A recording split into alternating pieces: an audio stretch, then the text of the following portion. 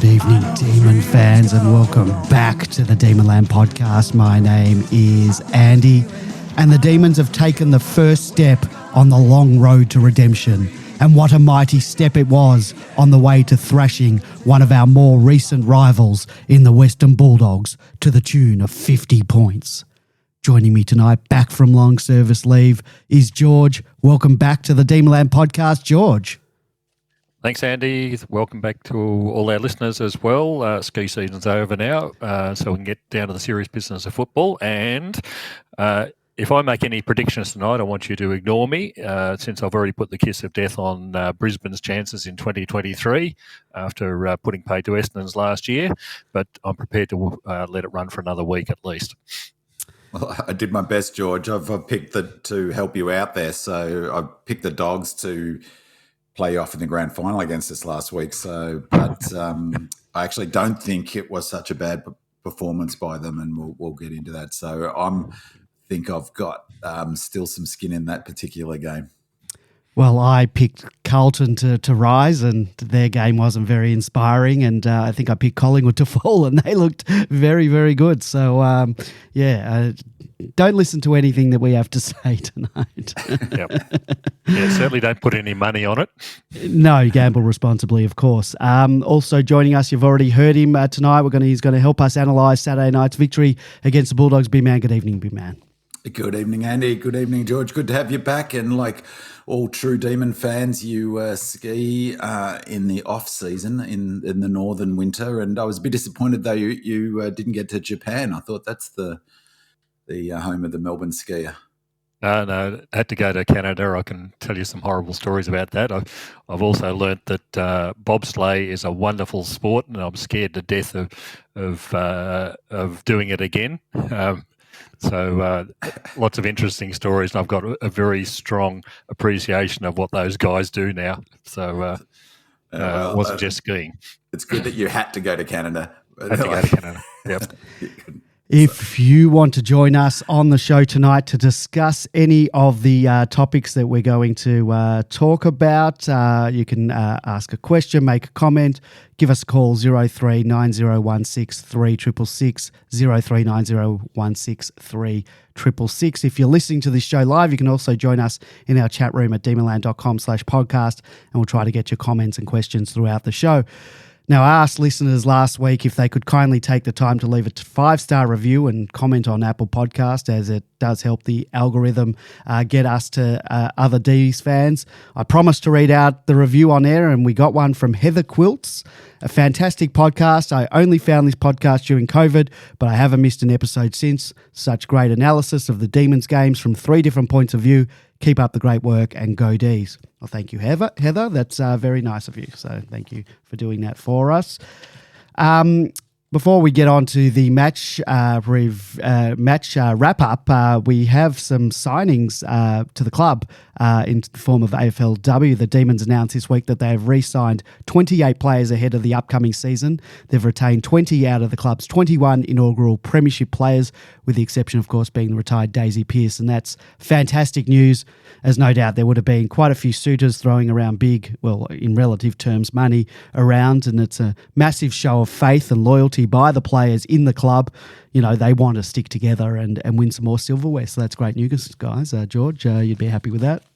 Yeah, very happy with that. I don't know if all our listeners are aware of all the trading rules around the new clubs that were there, but we had the potential to realistically lose 3 players from the side, and we've basically kept everyone apart from Daisy, who's retired, and Maggie Karras, apparently, who's gone back to playing netball. So if you look at it in one way, we haven't lost a single player.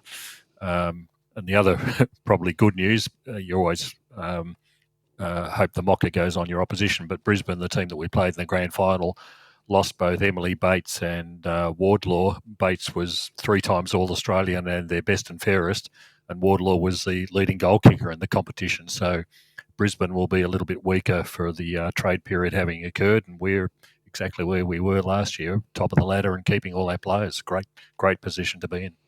It's fantastic, isn't it? I also applaud the club for the way they announced it. Like, that's a it's like the law of big numbers. Like you don't say 900, you say billion. So like 20, what was it? 28 re-signed? Yeah, 28.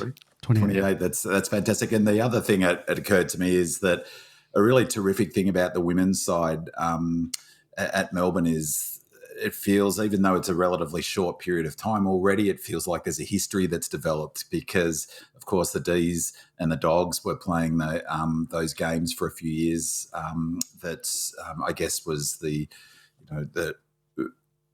was a stepping stone that had to happen for the AFLW to happen, and it really feels like they're more and more connected and part of that, that one Melbourne theme that they've been talking about with the VFL team and the AFLW, but in particular the AFLW in terms of its own identity.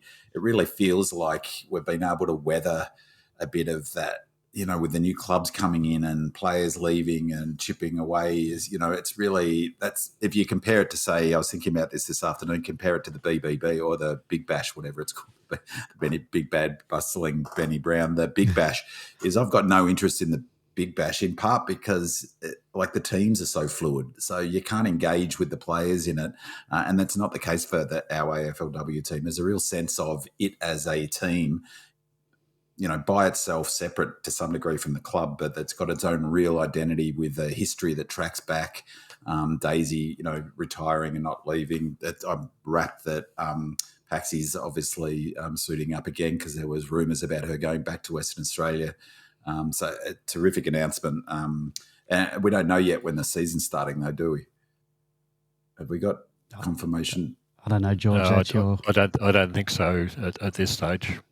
Nothing that I'm aware of. But it's a bit ridiculous, really, isn't it? I mean, yeah, it makes it very hard considering all these girls are part-timers, so it's very hard for employers to be able to accommodate them when they don't even know where they're going to be in 6 months' time, sort of thing.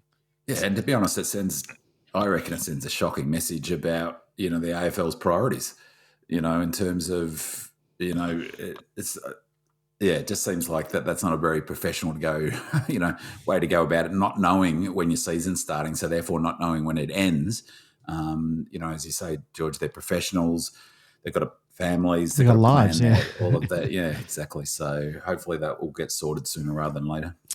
All right, well, let's get stuck into our match. And I must admit that despite my outward confidence in the intro last week, I went into this match a little bit nervous given some of the massive outs that we had. You're always going to be a little bit anxious when you're missing four premiership players who form what is in essence an integral part of the way that the team sets up. Stephen May forms the nucleus of the defence. Bailey Fritsch has been our leading goal scorer for 3 years straight. Jack Viney is the heart and soul of the team. He's one of a triumvirate of our elite midfielders in our side.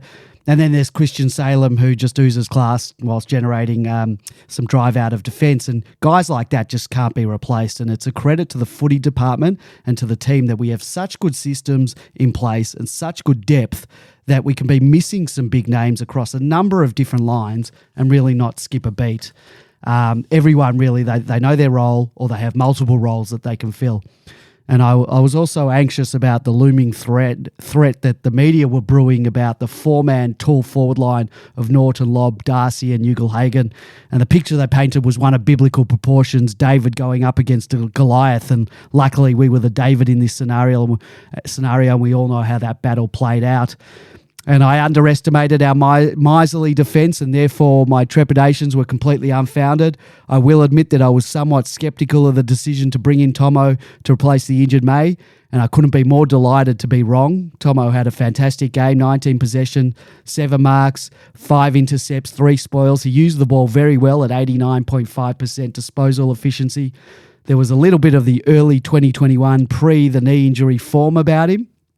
Harry Petty too was superb with his 6 marks and 7 intercepts, but the king of defence was Jake Lever, 21 disposals, 9 marks, 13 intercepts, 4 spoils, 90.5% disposal efficiency, almost best on ground, probably maybe even was, and there were a number of players who could lay claim to that. We got our first proper look under intense match conditions at the new ruck combination of Max Gawn and Brodie Grundy. I thought the Bulldogs ruckman Tim English did a fantastic job till about half-time, but he was always going to be worn down by two All-Australian calibre ruckmen, especially without much backup. And if I was a Bulldogs fan, I would be scratching my head as to why none of the four tall forwards were really used that much as a backup. But their coaching foibles were our gain, and Max and Brodie ended with 33 possessions, 7 marks, 4 tackles and 3 goals between them. A great start to the pairing.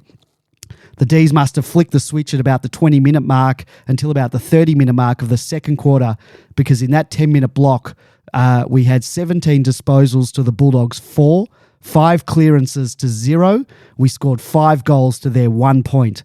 And that's all in red time, almost at the end of 2 intense quarters of footy. So the fact that we were so dominant and so full of run late in the first half is a testament to our superior fitness. And now you know why they were running for 30 minutes in 30-plus degree heat after the practice match against the Saints a few weeks back. And Oliver and Petrarca were just immense, with both racking up over 30 disposals, 11 and 9 score involvements respectively. They were just dominant. So too was Kozzy Pickett in his dual role as a sometimes mid and a forward. He was just dynamic, racking up 19 possessions, 8 tackles and 4 goals won. We're definitely going to miss him over the next 2 weeks, and we'll talk more about that later. Up forward, we saw the return of what having our 2 key forwards playing together again in the same team can produce, with T-Mac doing the hard yards further afield. Ben Brown was able to snag 4 goals.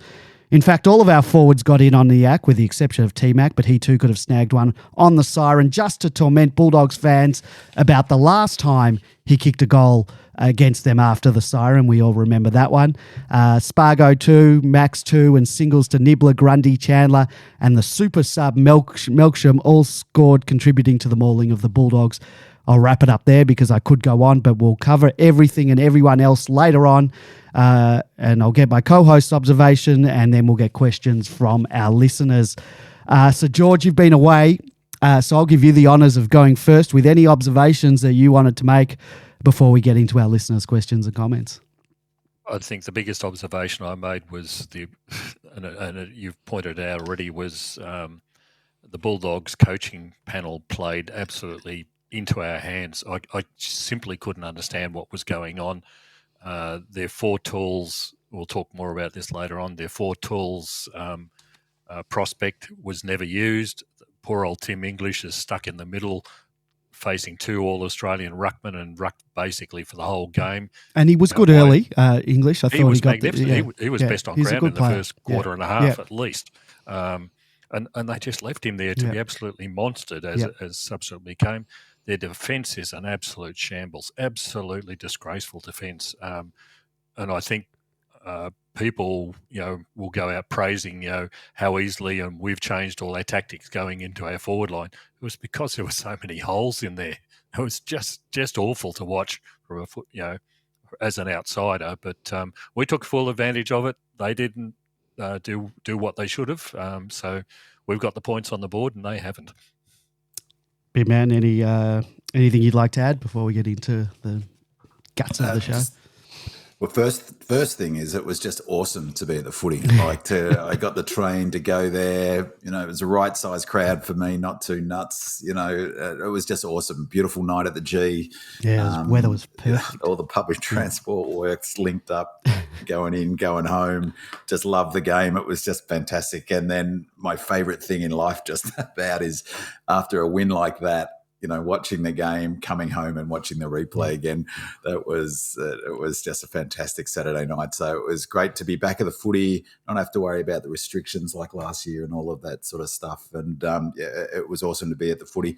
Just a couple of things in terms of your concerns about, the players were out. You could make a case that those 4 players are in our top 10 best players. So it's a significant out. But I think, I wasn't concerned at all. In fact, last week we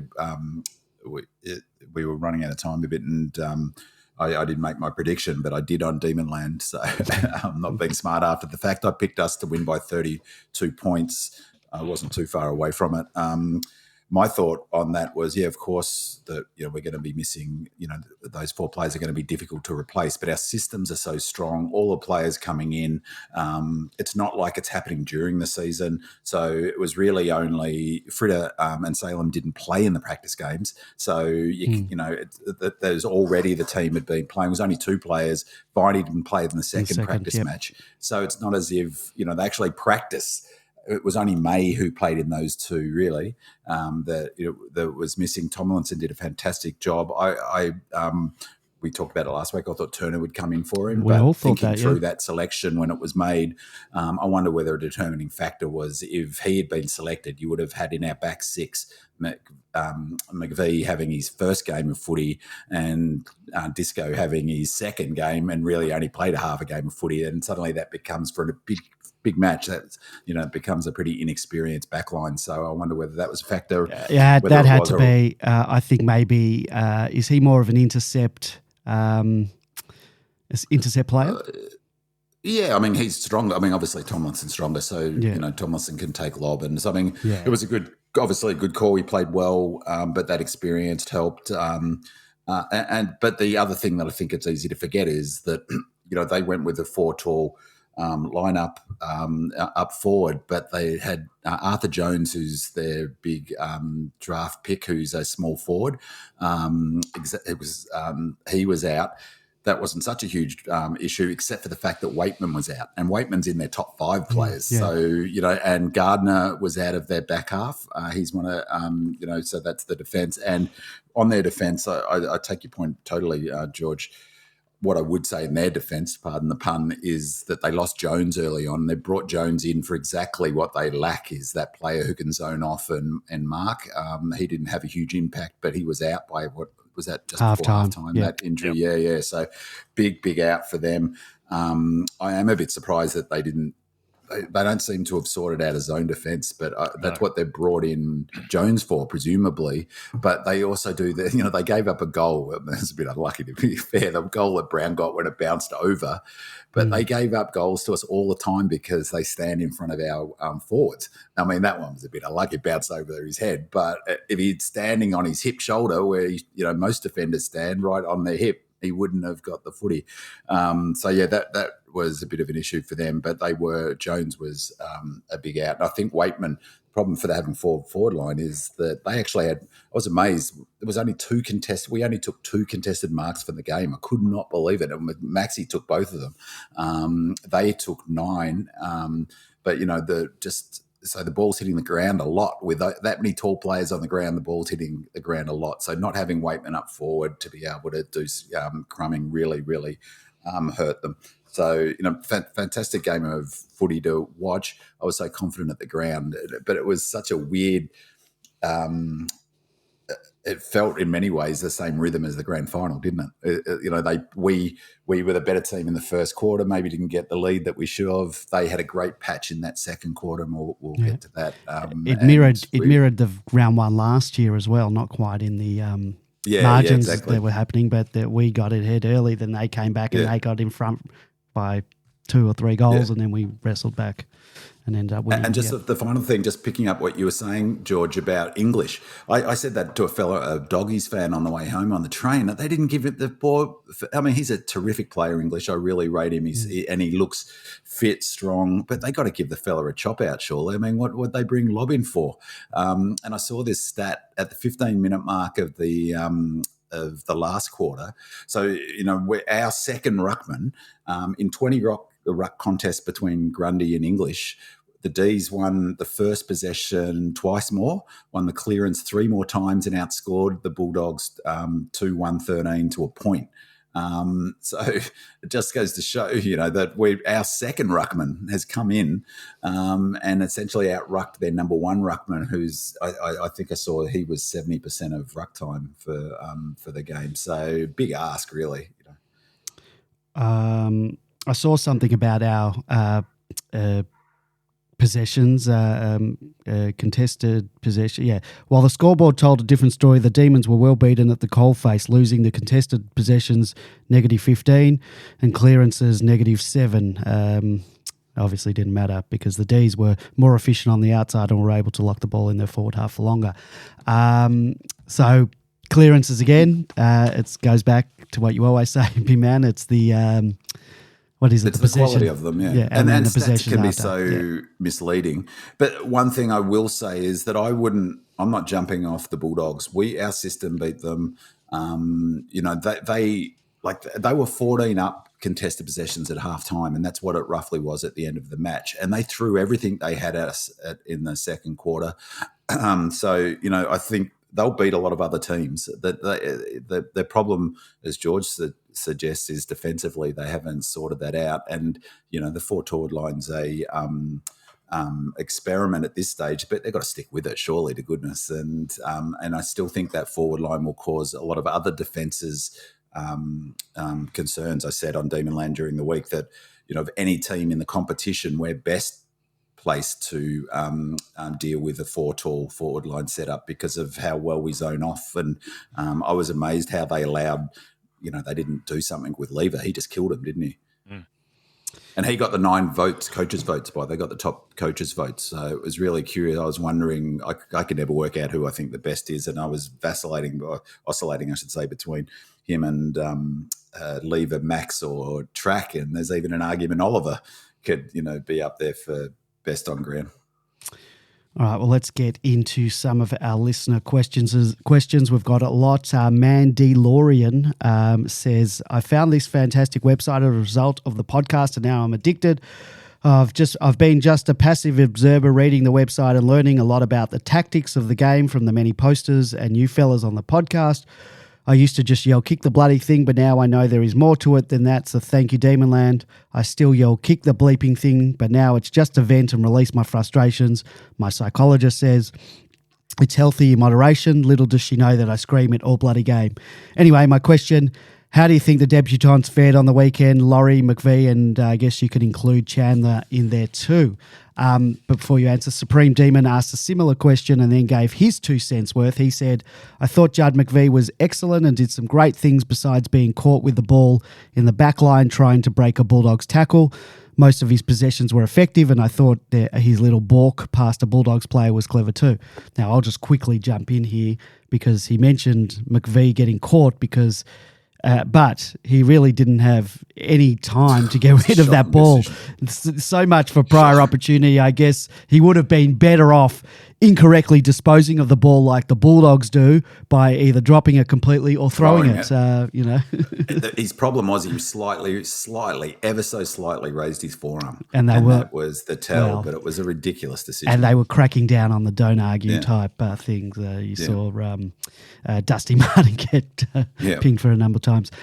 Supreme Demon goes on saying, as for Bailey Laurie, I know he did at least 2 or 3 good things. His first handball was classy, and he also did a well-placed kick into the forward line to Kay Chandler in the third quarter. However, besides that, I really didn't notice him that much and thought that Jake Milcham had more impact, kicking a goal and coming on as the super sub in the fourth quarter. Nevertheless, the senior AFL experience was good for Bailey. George, both B-Man and I have had plenty of discussions over the preseason about McVee and we've given our opinions, so let's hear a fresh take. What did you think of the debutants? With McVee, I think he did exactly what he was meant to do. I mean, we've talked a little bit about the zone defence and how it works and the players, how they have to interact with each other, and he slotted in very, very well. It's only his first game, and I had real doubts about his capability if the Bulldogs were going to play the 4 talls, but the reality, as it turned out, was they never played the 4 talls. They played 3. And in the first bounce, for example, McVee was lined up against Mitch Hannon. That automatically let him off the hook, so to speak, because if he had to come up against even a Darcy, as a young player as well, you would have been giving away a lot of height to Darcy. And if they put someone else on him, could have got very ugly. But his last opponent, George, was Dusty. So no disrespect to Mitch Hannon, who I love as a footballer. Yeah, there's a bit of golf between Dusty and Mitch Hannon, isn't there? Yeah, but and that was exactly it. So he took full advantage of it. Good, good on him. He did what he was meant to do. we'll talk more about the Dogs and the way they operated. But Laurie, unfortunately, 4 touches doesn't do much for you in the game. He's got a game under his belt. That's fantastic. Again, I had doubts about what his role is actually in the side. Does he play in the midfield? He's behind a whole series of other players like he has been for the whole of the last year as well. I suspect he'll be selected again next week simply because we seem to have a policy of not dropping people immediately. And Kozzy's what we've out. seen in the past.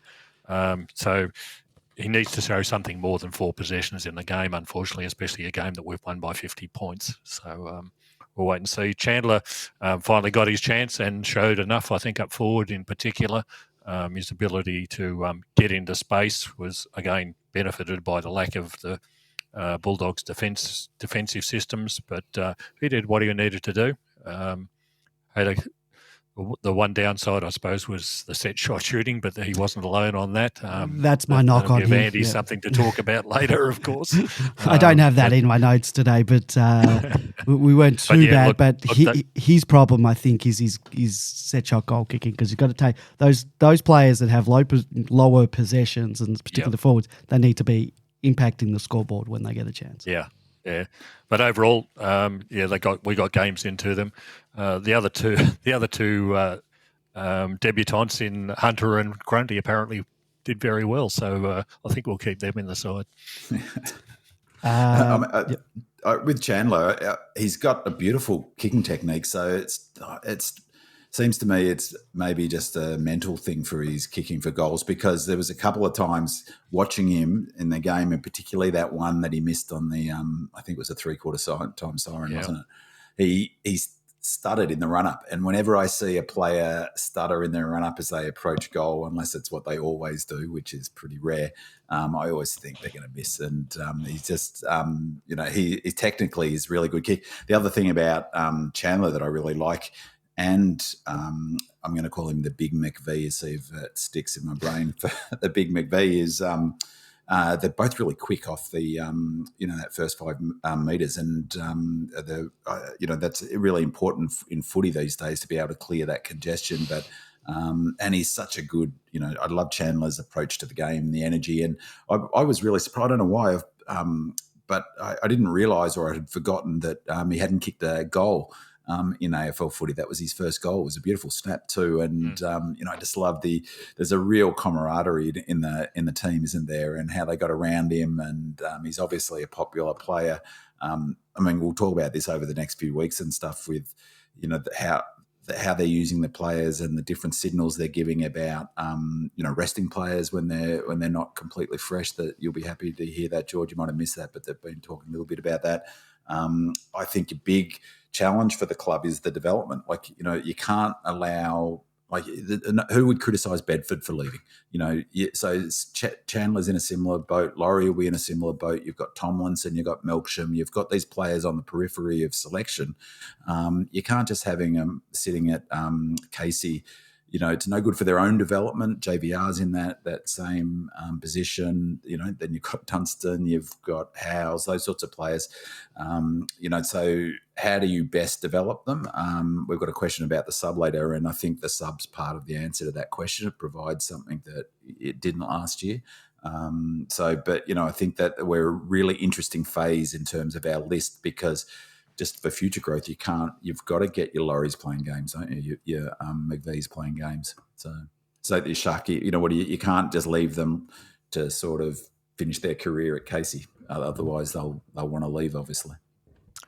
I think it was interesting, the contrast between when Chandler kicked a goal and Oscar Baker kicked a goal. Poor old Oscar was left good out kick. there He all flushed on his it. own. And Chandler was surrounded by teammates. Yeah. Sort of set a bit of a message about the way the culture in the two clubs is currently established. The other thing that really, we've talked about McVee, as you said, Andy, but he's got that quality of a bit of time, hasn't he? And the question noted that balk. It was wasn't really a balk, and it was on Liberty. It was more of a feint. And he completely broke his ankle in basketball terms. It was just beautiful. And then the critical thing is he did that, and then the next kick, it actually went to T-Mac. It was a beautifully way to kick over player. T-Mac didn't mark it, but geez, it was a gorgeous kick. And, that ability to hit those targets, particularly, as I said last week, those 25, 30-metre targets, they're so critical. And we saw, what happens when the flip to that, their best kick in their team, Daniel, missed 2 20-metre kicks that we scored from both times. And it just shows, how critical it is to hit those seemingly innocuous targets. Donsky asks, can McVie, Salem, Rivers, Bowie and Brayshaw, should they not elect to move him into the midfield, coexist in the same backline? Well, I think they can. Yeah, I think McVeigh's a lock. I think they've got a specific role for him, and it is on that. I think it's the Jets' role in 2018. Gus was, he's such an influential player down there. So yes, the short answer to that, I can't see why not. Yes, from you, George. Agreed with that one. Okay. Pew Pew Pew says there was a lot of fear pre-game on Demonland about the prospect of coming up against the four talls in the Bulldogs forward line, especially with May's sideline. Nobody was expecting Tomlinson to get the nod. Many on Demonland, including the panel on this podcast, had penciled in Disco Turner, as we discussed, as the next cab off the rank. I thought Tomo did an excellent job. Feel for him, as it's probably a LIFO situation upon May's return. That's last in, first out. And I already expressed my reservations with selecting Tomlinson. I too assumed Disco Turner was the next cab off the rank, and I was very happy with Tomo's performance. What did you think, George? Very happy with his performance. Surprisingly more so than what perhaps I thought initially. But then looking at it, Tomo was the logical in. Yeah, he was. Yeah. If we've got McVie playing in there, you really don't want two first gamers. I think that's playing in the same zone defence. Just the system doesn't work as well as it should. So I think Tomo was the logical one to go in. Turner will get his chance. He's shown a lot, particularly last year and in the pre-season. So the four talls that we were worried about, as I've said before, weren't used. And apparently Lob, I don't know whether you saw the news tonight, Lob has gone for surgery on his surgery. Ankle. Wow. So he was next to useless in the game. 2 marks in total. He's such an inconsistent player. So we were worried about these four talls. We had one of the four talls can't do anything, and the other ones weren't used. That let McVie off the hook and others as well. What really surprised me about our defence and how well it's structured, it's not just the back defenders. I can't recall a single switch in the whole game that was done by the Dogs. We stopped them. We stopped them moving. And traditionally, they are fast movers on the outside, switch it across the ground, run on. They weren't able to do that. So our defence across the whole team was so much more effective. And the four talls threats came to absolutely nothing. But what's interesting, George, while you're away, there was talk about the Dogs playing a much more Melbourne-like game, so territory, so less of those handballs out the back and much less switching. They want to play in straight lines, which is the Melbourne model, Geelong, Richmond. Even if you're doing more kicks to the corridor, still the rule of thumb is go forward at all chance. So and the four talls up forward was supposed to be the icing on that cake, is to capitalise of that, get it forward as quickly as possible. So they were trying that, but our system was so strong, I think, that it was remarkable. Like, we had nearly 1,000 more metres than the metres gained. That's metres gained is a really good indicator for a territory team. I think we're second or third this round in metres gains. Swans were number one, I think. And we had track was our leading metres gained, and I think Oliver was right up there. Smith for them, but then the quality fell away. That's a lot. 990 odd metres more in a game of footy. Metres gained is huge, and that was a big issue for them because they just couldn't get it into their forward line quickly enough. They needed to get it forward more quickly, but we were really making it difficult for them to do that. Radelaide asks, how did you guys see our midfield rotations working? I thought we chopped and changed a bit too much in the first half and never seemed settled. With about 10 minutes to go in the second, until the end, we were well on top. Did you notice any changes to kickstart our domination in the midfield? And George, you always keep a sharp eye on midfield rotations. How did you notice the match? There's some. This is only one game, and I'm intrigued to keep an eye on it in the coming games. I saw it on the Demonland match post as well. Somebody else, I think, noticed it. Petrarca, Oliver, and Gawn were off the ground for a long period of time. Previously, the rotations has been 2 minutes, 3 minutes on and off. I think Oliver was off for 8 or 9 minutes or something in the early part of the second quarter. Just can't confirm that, but I certainly remember saying to someone sitting next to me, Petrarca's been missing a long time, and same about Gawn. Oliver was off for a long time, and I think he was trying to get on for a long time, and they couldn't get him on. He was on the boundary, sort of gesturing for a long time. No, he was off for a long time. Oh, but I was wondering, is this a new rotation technique that's come from Selwyn Griffith? It might rather be, than but I 2 also minutes think here, 2 minutes there, because when Oliver came back on and Grundy sort of came into the ruck around that point halfway through the second quarter, we took off. Yeah, it was like a fresh legs had been introduced into the midfield, and all of a sudden, you saw the those Dogs couldn't get the ball out. You saw those the middle. stats. I saw that on Twitter. Sorry, whoever did it on Twitter. So I'll be keeping an eye on that sort of thing. And the other advantage is, this is part of the double G's. They're able to get good rests now, not just on the bench but on the field as well. So the rotations system has been changed, I think, and we'll have to keep an eye on that over the coupling weeks. But it certainly was to our advantage in this game, especially when, like I said, poor old Tingham English is ground into the ground, and nothing was done about it, and we just took off from there. There's no doubt that in fact, I'm pretty sure I heard one of the coaches talk about it, but they're looking to spread the load, obviously, but part of it, the inference seemed to be, is to make sure that their best players have got energy in the match, and that they can be, use their strength. Petrarca's a really good example. He's a power athlete. You want him, almost at full energy as often as possible. So in terms of that question around Radelaide, I don't actually think it was we suddenly got better in the midfield. My feeling was at the ground, and I said to a fellow I was sitting next to, is Petrarca, for me, changed the trajectory of that game, and it was something that, it's incredible really to be following Melbourne and have the players of, or in particular Gawn, Petrarca and Oliver. They are like some of the best footballers I've seen, full stop, in my whole life. To have them in the same team is awesome.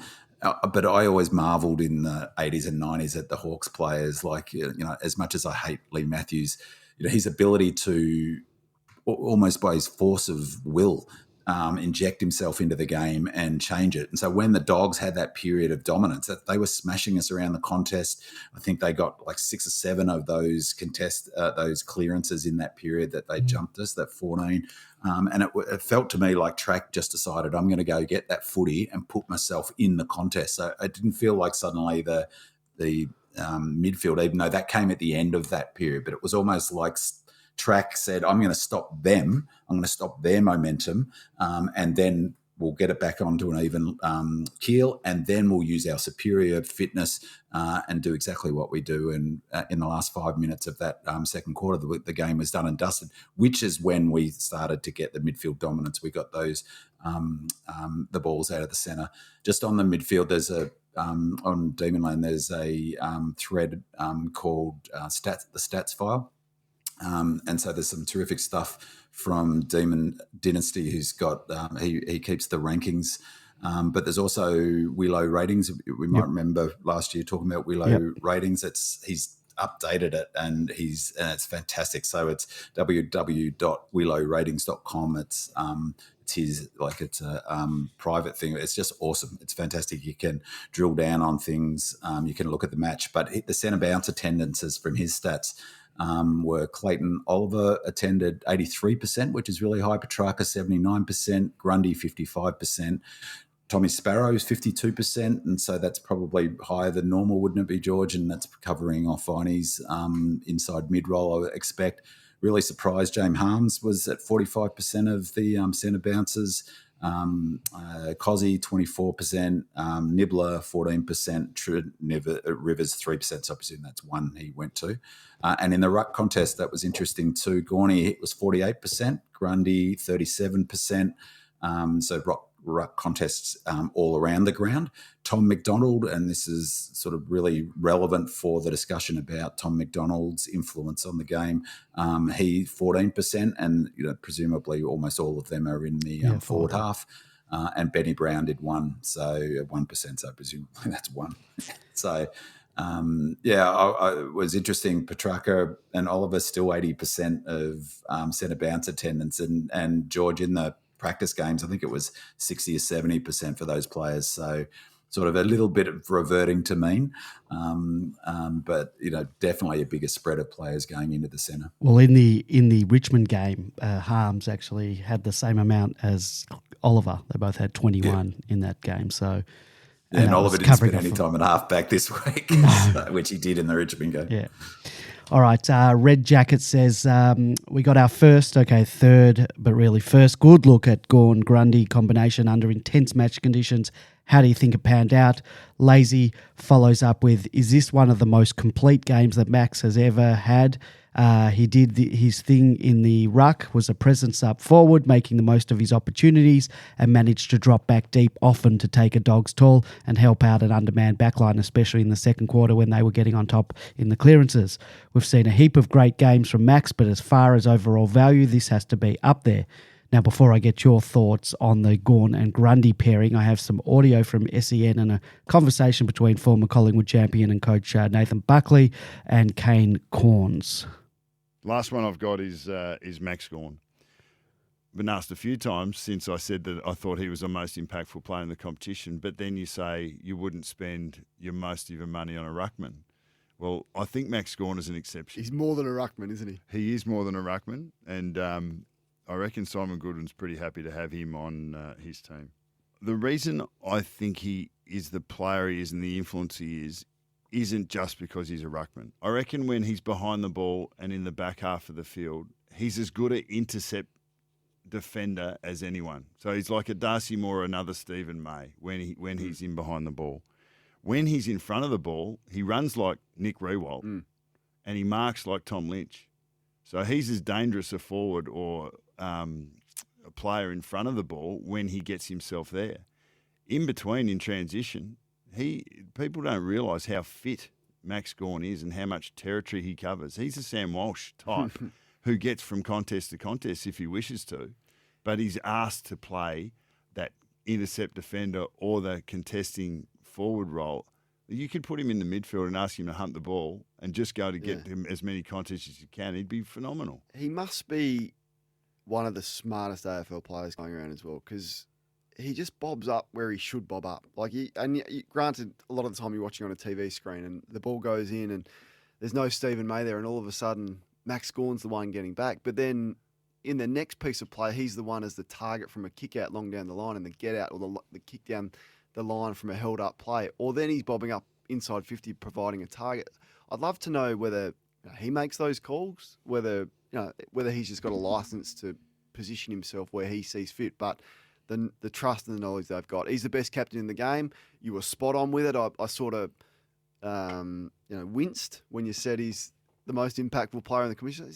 But then I was watching. Bucks was probably spot on. But I think that with those things being said, behind the ball, in front of the ball, and in transition, that's not even considering clearance and stoppage and the role he plays there. He is one of the he does get his hand to the ball more often than most ruckmen, and he can put it to the advantage of his very talented midfield. So that role as a ruckman is great, but it's all the other things that he brings to the challenge for the opposition and for the betterment of his team that makes him, one of the most, and I reckon the most influential. And I'd be surprised if that trend didn't continue through the year. Hard to argue with that.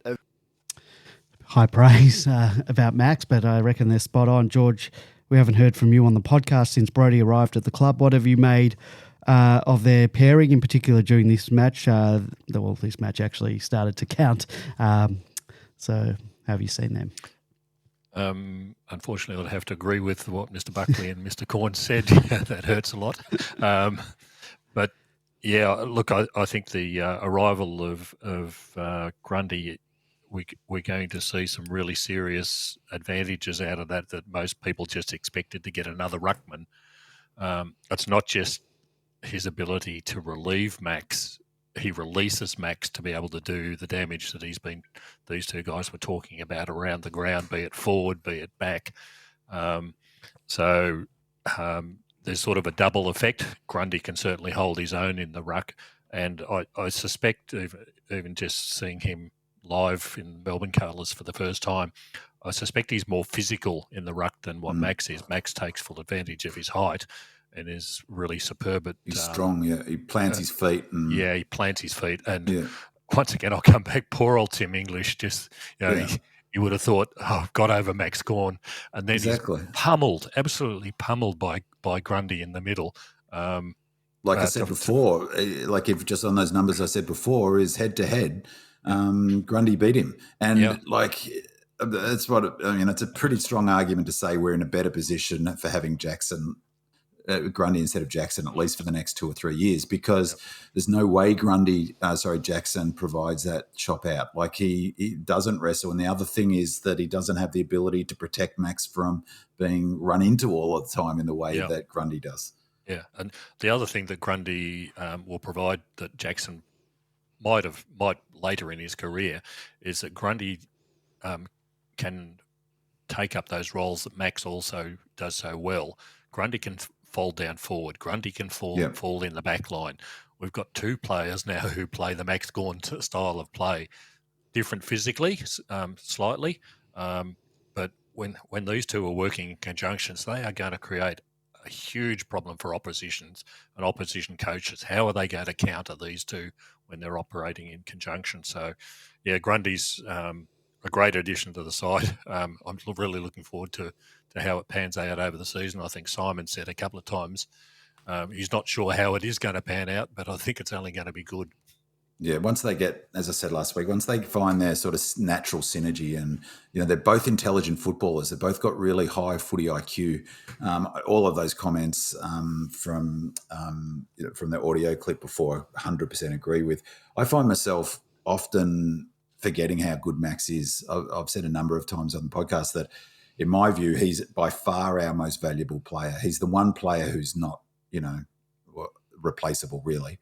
No one's track isn't either, but you've got other midfield. You lose him, Varel comes in. So, that's what, but I think the comment, he's such a smart player and he just knows where to go when the game demands it. He knows when to go back. He knows when to go forward.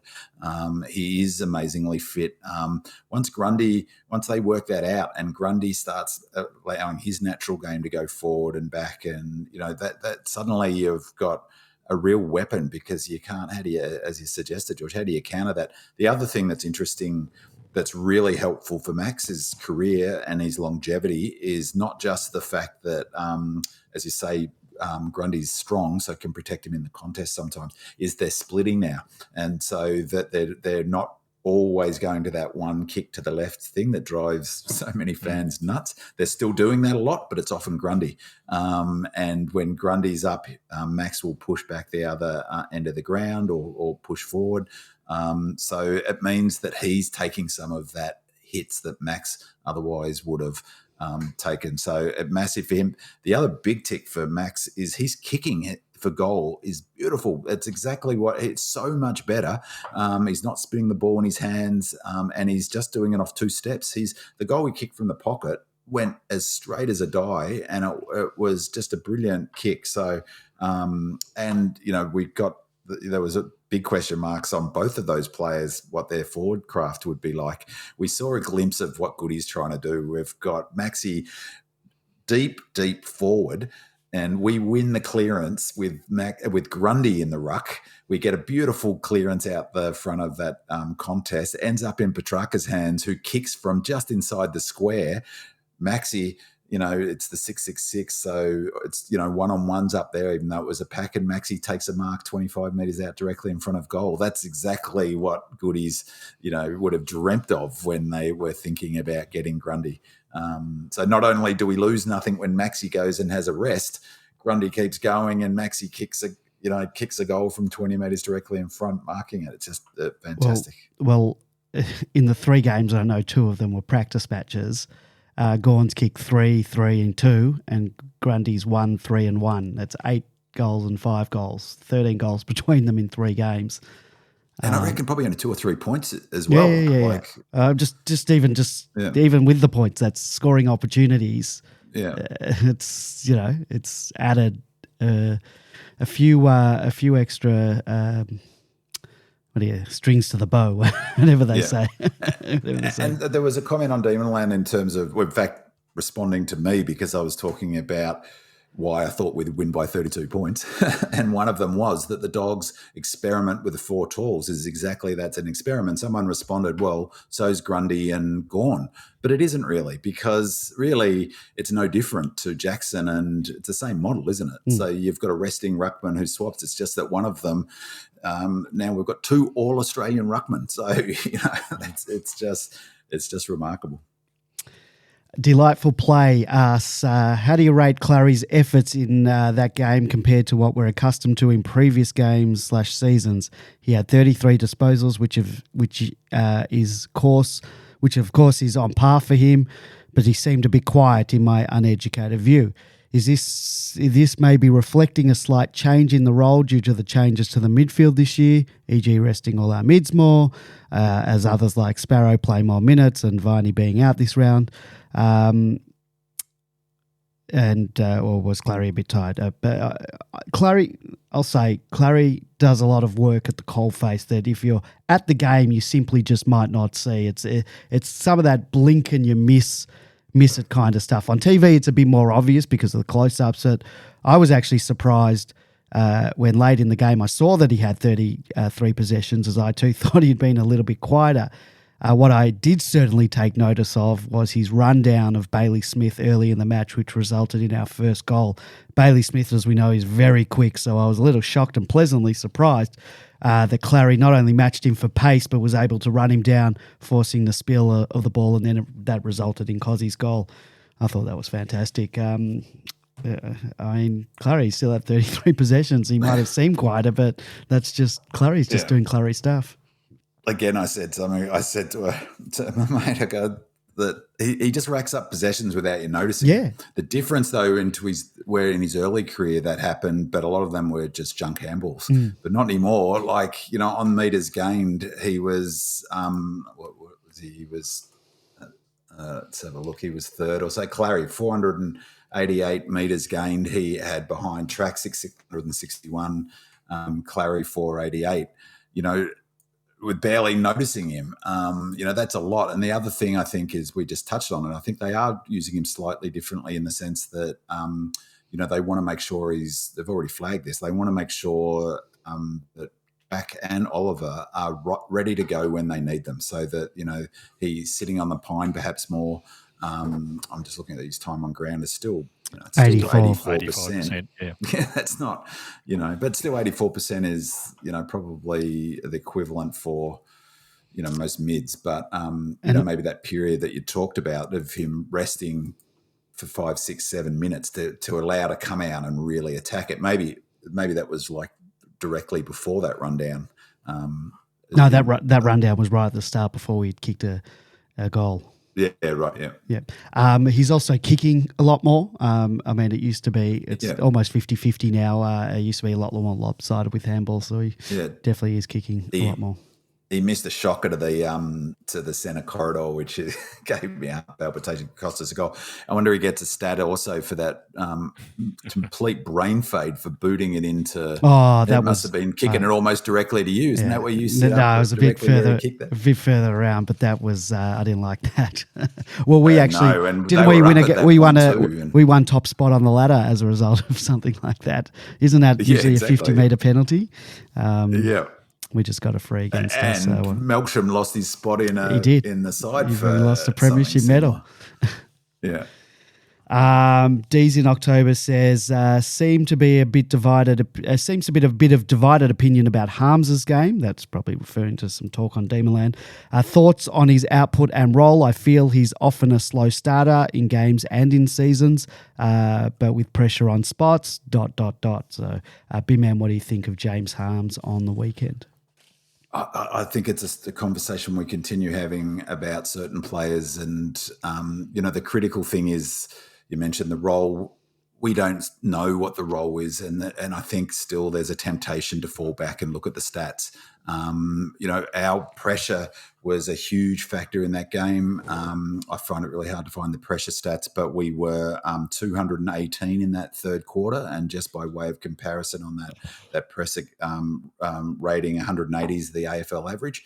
I think we were 200 for the whole game, or 195 for the whole game, 218 in that second or third quarter. And he was he topped or very close to topping our pressure stats. And it's that pressure. We talked about why the Dogs couldn't get it into their forward line, why they couldn't take advantage of their clearances. It's a simple answer, is because the incredible pressure we put on them. So that's why we don't care if the opposition get more clearances around the ground, because we put them under so much pressure. When they're kicking out, they kick to Lever. Like the things are connected. Like Lever couldn't have had the game he did without Harms's pressure at the coalface, putting pressure on the ball carrier. I think he had 41 pressure acts. 42 pressure acts. So right up there. So again, it's what his role is. You don't know what the indicators are for his own key performance. If you just go on the numbers, then he's going to be a whipping boy, just like Nibbler is, just like Spargs has been, just like Tommy Mack is. I think it really speaks to, I think, people's misunderstanding of what the role entails, which is fair enough, because they don't come out and say, well, this is Harms's internal KPIs, but I'll bet you $1 million his internal KPIs aren't on the AFL.com stat sheet, how many kicks he got and how many. I think I've asked this question before. Maybe we need to get Wheeler in. What is classified as a pressure act? Obviously, tackles there's a whole bucket of things that go into that ranking. So it's things like closing space. There's a whole. It's all of the things that are in the 1%ers. So they're part of it, and there's a range of other things that are factored into champion data. Because he's had 42. The next highest was Kozzy with 30, and Harms has had 4 tackles, where Kozzy has had 8 tackles. So I just it's really things see like the closing other space. Stats, It's corralling is one of them. So something like corralling. How many fans would even consider that a useful thing to be doing? But it is. It's incredibly important because see it or notice it when it's happening. Well, how often did the Dogs? They were trying to get forward. They're trying to change the way they play, and they ended up getting frustrated because you could see it a few times. They ended up having to go sideways when they didn't want to. They held onto the ball longer. That's because of that sort of corralling pressure, frontal pressure. So running up to players who are coming at them. I think that he played an important role, obviously, and pressure being the number one thing. The question before is how we got back into that quarter. How we got back into that quarter was that we lifted our rating and we put too much pressure on them and they couldn't cope with it. Simple as that. And he played a big part in doing that. The only criticism I'd have of Harms is I wouldn't be putting him in the middle. Around the ground he's fine, but I think he was in the middle twice, if I remember. That I noticed, and he was standing Bontempelli once and Liberatore another time. He completely lost them, and they got the clearances out of the middle. People tend to think that he's playing the same role that he played in 2018. He's not a tagger, unfortunately. Around the ground, it's a different kettle of fish.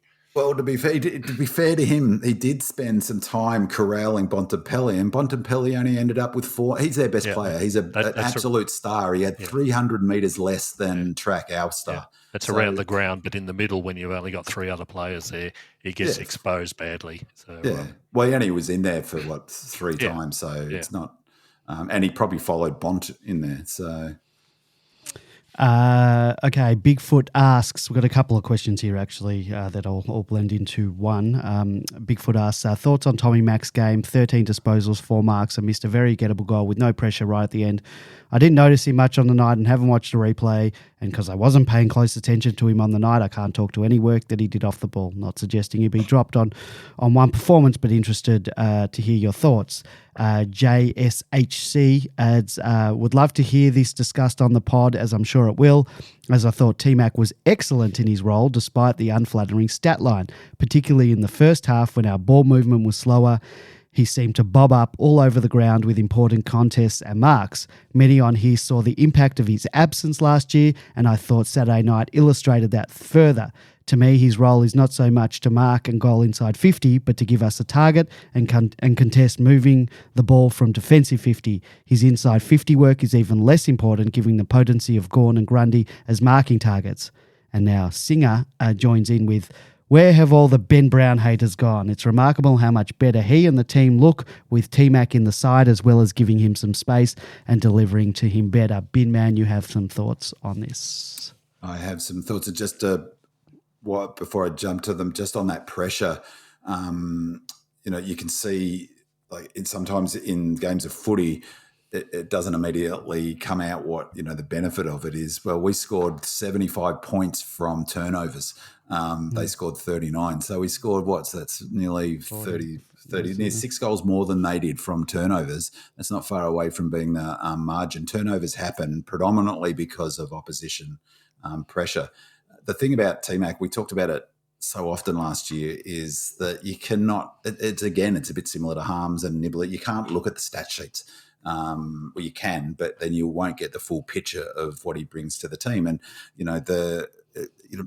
it sounds like a pejorative almost to say that, he's important structurally. It sounds like it's a bit of a backhanded compliment, but he is incredibly important structurally. The amount of running he does up and down the ground.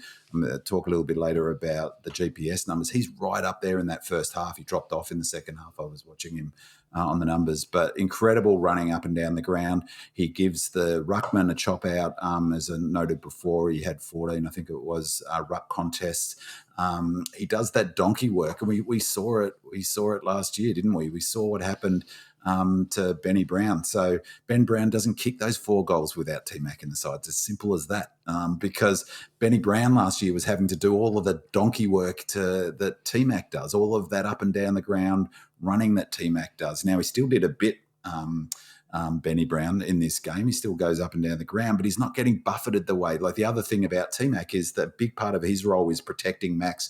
When they do kick to a contest, an aerial contest, they always want 2 talls there, Max being one of them often, and T-Mac being the other one often, also Ben Brown, because it protects Max, but 2, it maximises the likelihood if we don't mark it, we bring it to ground. So that's T-Mac's role. And if Ben Brown's doing it, he's getting smashed from pillar to post. And just have a look at the fella. He's thin. It's not going to fly for him. So, Ben Brown had a terrific game. But if you took his goals out, his stats, I think he had 14 or 15 kicks. So, it wasn't shocking, but he made the most of it. And that's what you want. You want a guy who takes advantage of his shots at goals. He's a beautiful kick for goal.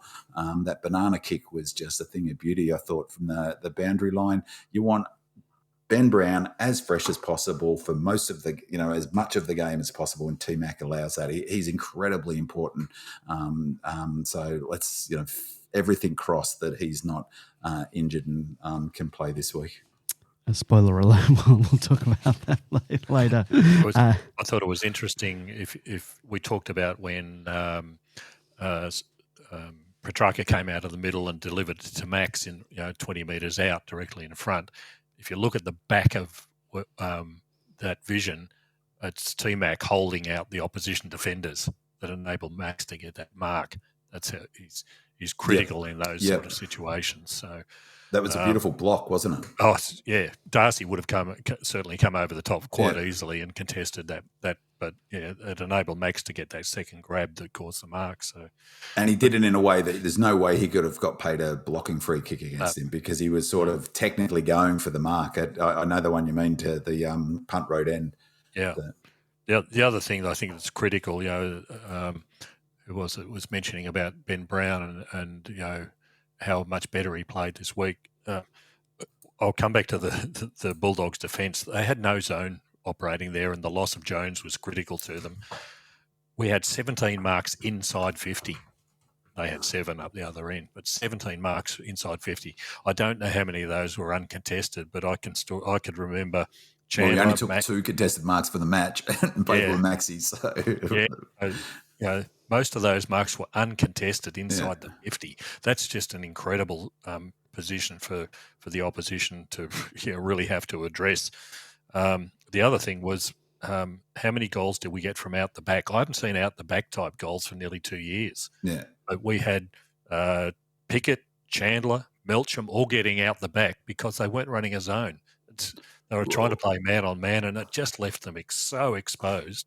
On the Melcham goal, it's interesting because he only had 2 kicks.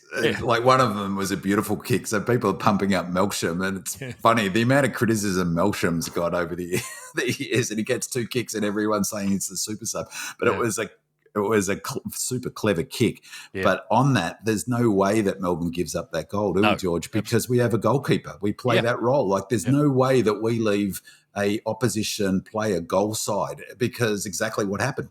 That's just an absolute no-no in the Goodwin defence, is to have no Melbourne player between, that back line where everyone's, or that line where everyone's pressed up, and the opposition goals. So, he might still have taken that mark, if roles were reversed, he might still have taken that mark, but someone would have manned the mark. But someone equally could have ended up coming through and intercepting that and turning that into an attacking foray for us. So just on again, to be sort of fair to the Dogs, a lot of those marks were when it was quite interesting, because, they've clearly said that they're going to use the corridor more often. They're still going to be going straight lines, that they're going to use the angles more. They didn't really in the first half. It was really fascinating to watch. It looked very much like Melbourne game. We're still looking to go quick, like Andy was saying last week. That 1, 2, 3 go thing really felt like that. But it was like they wanted to control the game, get it the way we like to play the game. And then in the second half, and sort of in the end of the second quarter into the third, and obviously the last quarter, they really started using that corridor and going quicker. And that's where they got a lot of those uncontested marks inside 50, because we were moving the ball so quick. Even, like, I'd take the point, they don't have a good zone system, but they stretched it. They just, we got those loose players running forward of the ball, and they were in all sorts. They couldn't stop it. And our ability, like, this is not a new thing, and people are talking about the aggression. Our ability to put 4 or 5 goals on in 4 or 5 minutes is more than just wow, Melbourne are good at that. If you look back over the last 3 seasons, the number of times we've done it, and in particular the famous period in the end of the 21 season, it became a hallmark of the way we play, our ability to do that. So it was fantastic to see that on display again. Lefty says, loving the potty guys, lifting the bar every week. Just wanted to get your opinion on our use of the tactical sub, in particular using Melcham. I think most of us suspected a James Jordan type who could cover a number of roles across the field if we had an injury. I don't think any of us expected Melky, and I reckon he was used perfectly. What do you guys reckon? Do you think he will become a professional sub, or will we mix it up a bit? Bimman, what do you make of the use of Melcham? We discussed it last week. We thought James Jordan. Yeah. I think it's really interesting. There's a interview on the Melbourne website, the internal Melbourne Footy Club interview with Goody, and he specifically asked about how we're going to be using the sub this year, and his answer, to paraphrase, was a combination of tactical sub, in the way that, for instance, Melcham was used, and load management. So, in-game load management, maybe someone's done enough clicks, or but on the weekend it was clearly tactical. Laurie looked pretty disappointed when he came off. Stafford, was giving him a big sort of bear hug or sort of talking to him as he came off the ground. Laurie, I don't think will get selected this week, so it's probably in his mind, but who knows on that front. So this week was tactical. He's a great option as a tactical sub, I think, Melksham, because he can, if we do lose a defender, T-Mac can go back, and he plays tall, Melksham, so he can take T-Mac's role up forward. He played there last year, obviously, as a defensive forward. He can play as a mid. He can play half forward. As a pinch, he could probably play wing. So he's also clever. He's brilliant skills. So if we lose a Hunter, and part of our this year of our strategy is kicking more to the corridor. You need the players who can hit that kick. I don't want to see Oliver taking that kick anymore because he's not reliable on hitting it. So if we do lose a Hunter or a Bowie or a McVeigh, we've got Melksham to come on. But I also suspect they'll use the sub. I'm really thinking they'll use the sub to what I was referring to before as part of the way they manage their players. You couldn't do that last year with a sub. You needed someone who's prepared to sit on the bench and not get a game, essentially, which is psychologically pretty hard. But, like getting picked for this week for Melksham would have felt different because he would have known that he was going to get a crack at the footy. There's no way that they won't use the sub, I reckon. They'll use the sub all the time. They'll bring him on at the end of the third quarter, beginning of the fourth, almost always, I think. We'll roll that into our rotations and our load management. It makes perfect sense. Why would you not bring a fresh player on if you've got it?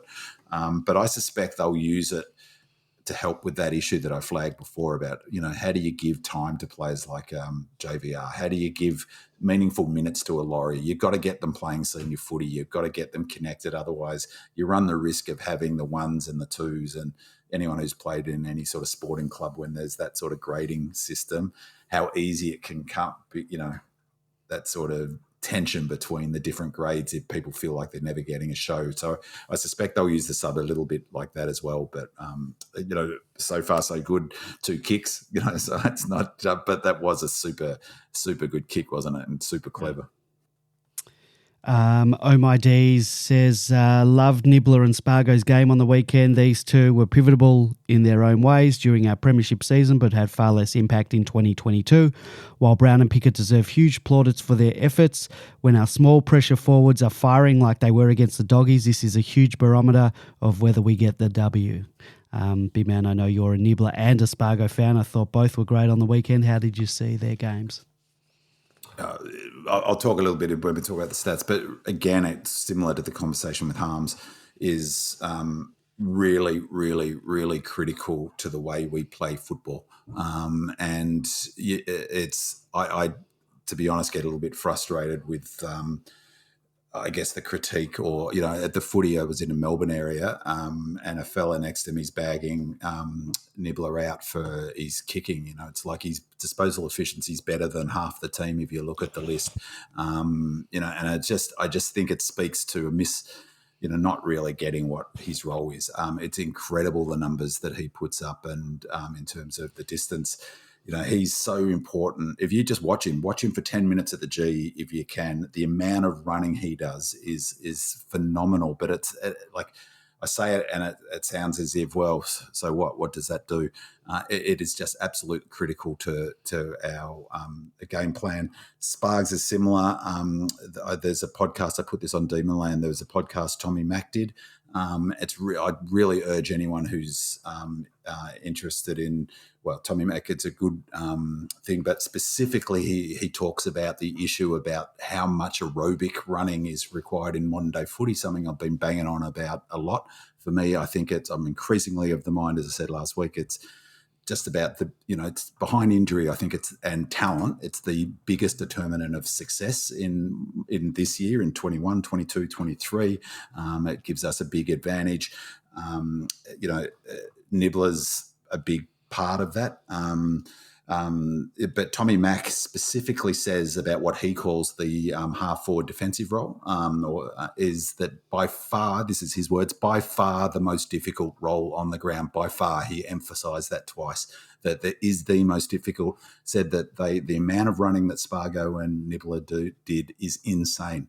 Is words that he talks about the club having different types of running. So there's walking pace, there's sprints, which are 25 kilometres plus, and then there's what he calls walking stride, what they call walking stride.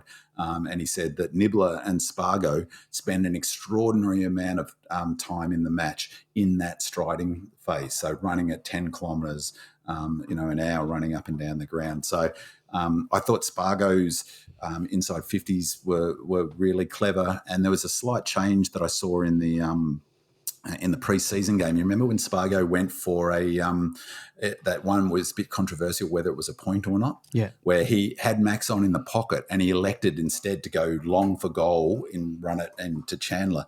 Similar, almost exactly the same scenario happened on the weekend where he ignored Brown in the pocket. Brown was all by himself for ages. Last year, the rule would have been you kicked to Brown. This year, he kicked the goal and nailed it. So, I think that's an instruction. I suspect it's an instruction just because it happened in the same way. So if he starts kicking those 1-2 goals, Nibbler got his goal, of course, which was a really clever goal. It elevates them up above that sort of, it's icing on the cake, I guess. They can get all of their role done and also can kick goals on top of that. Makes them both more damaging. All our small forwards, George, we'll get to you in a sec. All our small forwards kicked a goal this week.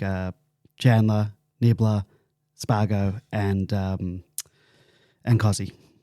I guess Laurie didn't, but he had limited time. But yeah, George. And how good was Kozzy? We've got a question about him in a sec, so he'll get his time. George. The only other thing I would add to that, the effectiveness of people like Nibbler and Spargo and Brayshaw as well. I think the major change has been the addition of Hunter.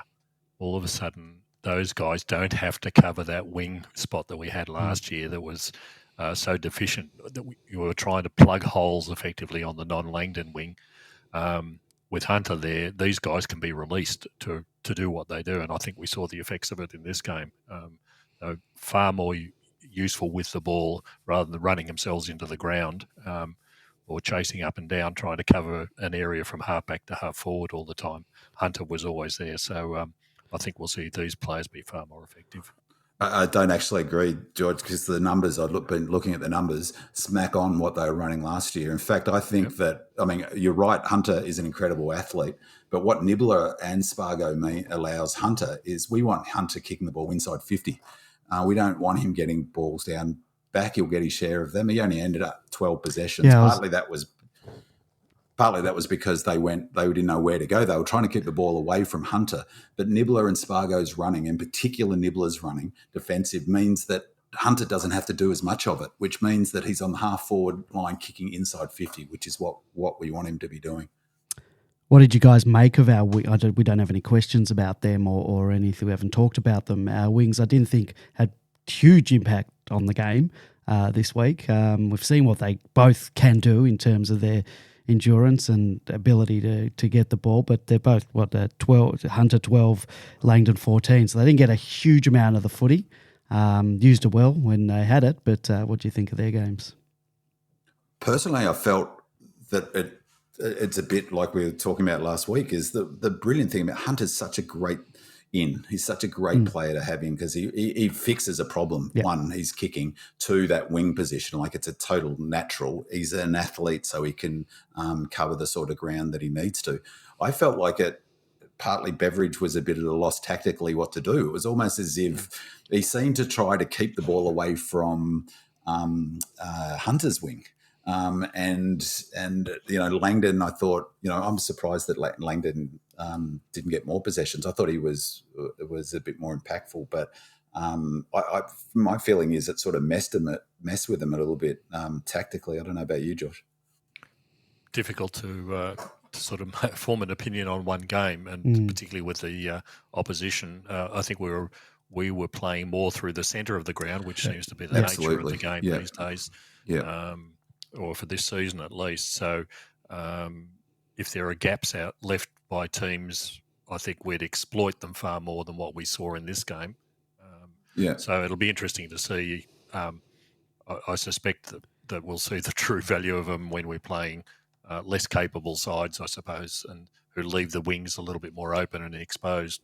Yeah, I mean, I've heard a couple of players talk about Hunter, what he's brought to the club, and 3 players have. One of the very first things they've said is what they've been most amazed at is his footy IQ. He's a smart footballer, and I think exactly right. We use the corridor more often than we have done in the past, so therefore, logic suggests you're not on the wings, but that requires the discipline, doesn't it, of both Hunter and Langdon to keep their width.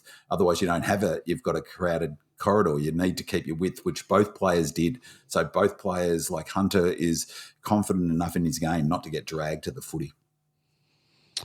All right, Royal Demon in regards to Kozzy says, the bump, the report and the suspension aside, I thought Kozzy played one of his best all-round games for the club this week. 19 posies and 4 goals. He was electric through the middle of the ground and so dangerous up forward, and he's only getting started. We have to throw the piggy bank at him, give him whatever he wants. If he wants to move to Adelaide, then get him a personal trainer and train over Zoom or move the club over there. I'm joking, but we simply cannot lose him. Before we wax lyrical about Kozzy, I've got some audio also from SEN today, and there we go. What has been lost, which is disappointing in this Kozzy Pickett discussion, and he's got the penalty and needs to pay the penalty, and I think he's been let off lightly in the AFL. Perhaps should look to appeal because we don't want to see that. His performance, we're not going to talk about because of this. Oh, let's talk about that. His game. So every team, right? Every team's looking for the centre a point of difference. So the player who can go to centre bounce and impact forward of centre. So I mean, and they rattle off the tongue, and I reckon it's been a big advancement in the game. Like these are the difference makers. These are the players that move the needle. We can all see them. De Goey, what Sydney did with Papley, Petrarca, Shea Bolton. And Simon Goodwin's gone, okay, we've got Kozzy Pickett, who I reckon averages 10 possessions and a goal a game, about that, and terrific tackler. How can we maximise his impact? Well, why can't we do what Sydney have done with Papley and what Richmond have done with Bolton and what Dustin Martin's been doing for 10 years? It's just 19 touches, 4 goals, all the tackles, and a nightmare matchup for the opposition. What do you do with him now?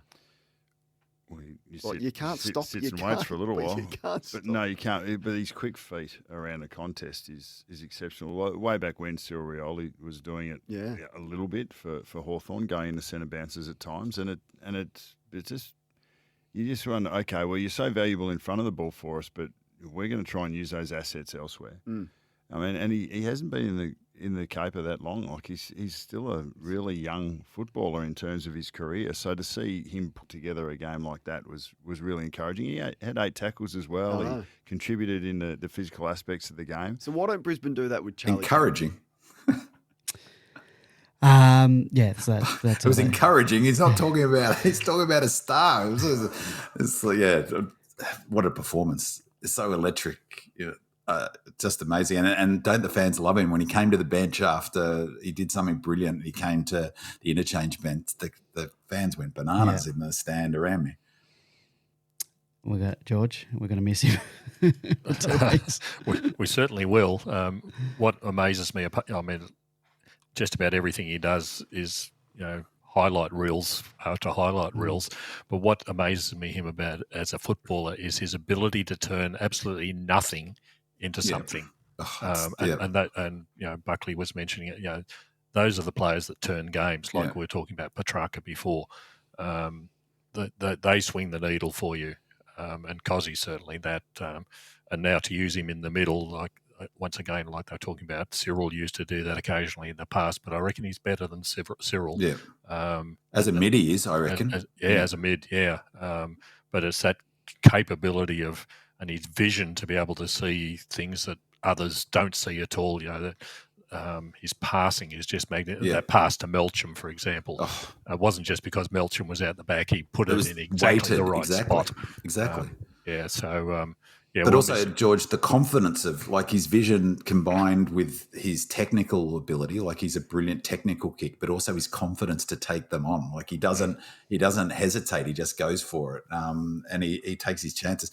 I think you make a fantastic point about stuff happens around him, but he's getting to the stage now where a bit like Cyril is he also starts to get into the opposition's head. They over worry about him. Where's Kozzy? What's he going to do? He got a free kick, didn't he? When not long after that incident where he got scragged off the contest, and just exactly for that reason, because he makes opposition teams worry all the time.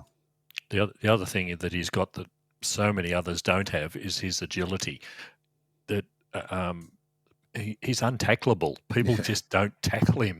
They can't get their hands on him. Just when they think they've got him covered, he turns sideways the other way and seems to bounce out of it. The best or he runs through him. Yeah. Like that goal we kicked, I thought he was going to get tackled, and he just ripped through the tackle. The guy had his jumper. And that was Bontempelli who had him. Oh, was it? It was Bontempelli. Okay. And George, we saw him at training a number of times during pre-season, and he was just untackleable. Like he was just waltzing, and these were drills where players were tackling. There was pressure and no one could get him. Yeah. I mean, the obvious downer is let's hope he's got to get that out of the game. He was so lucky he didn't knock. There's been a bit of talk about how lucky Kozzy was. I think that's part of the problem. Had there been concussion? Smith was lucky. Had there been concussion involved, he'd be 4 to 6 weeks. That'd make an example of him. It would have gone straight to tribunal with the Adelaide players going. My frustration is, though, that it just drives me nuts, is that this is not even an unusual event. They should sort all of this out before the season so that they're not making stupid decisions about weeks and players when there's emotion and the media's banging on about it. Well, it was the worst week for it to happen, but he got off lightly. Like it's Kozzy, I'm happy he only got 2 weeks and not 4. Well, but I would have been furious if he got any more, because that's what the rule. It's a dangerous, silly act. Like it's a really poor act. But the time to legislate isn't now. The time to legislate is between seasons. I agree, but they always talk about wanting to stamp it out, and then they never do. And then it comes to this, and then there's pressure. You hear Kane Corns, I hope the AFL appeal it. And I said this last year about other stuff around controversy in the umpires, and I'm not being facetious, but I really think it's part of the AFL's operating approach, because all of this controversy is great for the AFL. It dominates the back pages. It dominates the talk. It gives content. Sort the bloody stuff out before the season starts so you don't have to have these discussions. Yeah. All right, let's move on. Dominion says, voice is still hoarse from Saturday night from screaming at the umps all night. 2 questions, if I may. Thoughts on the Bulldogs crowd booing Hunter, and then later our crowd booing Baker? And look, I never like the booing of players that get traded by their club to another club. I just don't get it. For example, there's simply no way that I'm going to boo or wish anything bad on Wiedemann or Hunt at their new clubs. They wanted more opportunities. Or Sauce. Or I'll talk about him in a sec. Or they were moved on by us, and that's fair enough. That's just part of footy. I don't like the fact that Luke Jackson left us after we used a high draft pick for him, developed him, then he leaves, doesn't really assist us in getting a best deal for him. But he's a premiership player, and I'm forever grateful for his third quarter efforts. So I'm not going to boo the kid, and I sort of get him wanting to go home, be close to family. I'm sure he's going to be booed every time he touches the ball when we play the Dockers, though. I'm not going to personally be booing him. End of story. Scully, on the other hand, that's different. I didn't really get the booing of Hunter by Dogs fans. He didn't leave them. He's a best and fairest winner and a premiership player. I just don't like that. I must say that the D's fans booing of Baker made absolutely no sense at all, and seemed to be kind of mean-spirited. The kid barely played a game for us. He was unlucky with some injuries. He just couldn't crack it into such a strong side. The booing just made no sense, unless it was just revenge booing because the Dog supporters booed Hunter. So I don't get it. I didn't like it. The villain in the story is the crowd. So shame on you all. George, you wanted to say something about that? I thought the Bulldogs fans stopped booing Hunter when he kept beating his opponent all the time on the wing, so they had nothing to boo about because he was just so good. But I really couldn't understand why they were booing Kozzy. I mean, he hasn't played for them. No, but I know they're booing Kozzy. That's standard. We would have done that had someone knocked out. Oh, bloody oath, I'd be all over. That's the other. Yeah. But the Baker one, the only thing I would say about the D's foul, I agree. I've never booed a player who's left. Not once. Why? I don't get it. But however, I will say, if you perceive that the player did the dirty on you and left or whatever, I can see that. I can understand that. But Baker, what did he do? The poor kid. Leaving that aside, I thought, if there was, I agree with you, but particularly Sauce, he basically got delisted, didn't it? Yeah. So it's hardly, it says something about, though, I did think it says something about Footscray, the doggies, that Mitch Hannon, same scenario, and Sauce are both in their best 22 at the start of round one, and neither would be in our team at the moment. Neither would be. But I did wonder, it was slightly ironic booing, I thought, because it was directly after Hunter, it was only a few seconds after, or 10 seconds after, I thought, that Hunter was booed, and then Sauce not long after, maybe it was a bit longer, got his kick. So it felt more like it was ironic booing. Yeah, he didn't get booed after that. No. It was revenge boo. Yeah, it was quite witty booing, I would call it. Well, I didn't think it was fair anyway. Got to save the booing for the umpires. Yeah. He kicked a lovely goal, Baker, I thought. One. Flushed it. D Minion's second question is for Binman. He's interested to get Binman's take on some of the other matches. He predicted some bigger scores, more free-flowing scores. We saw that in the Cats-Magpies match.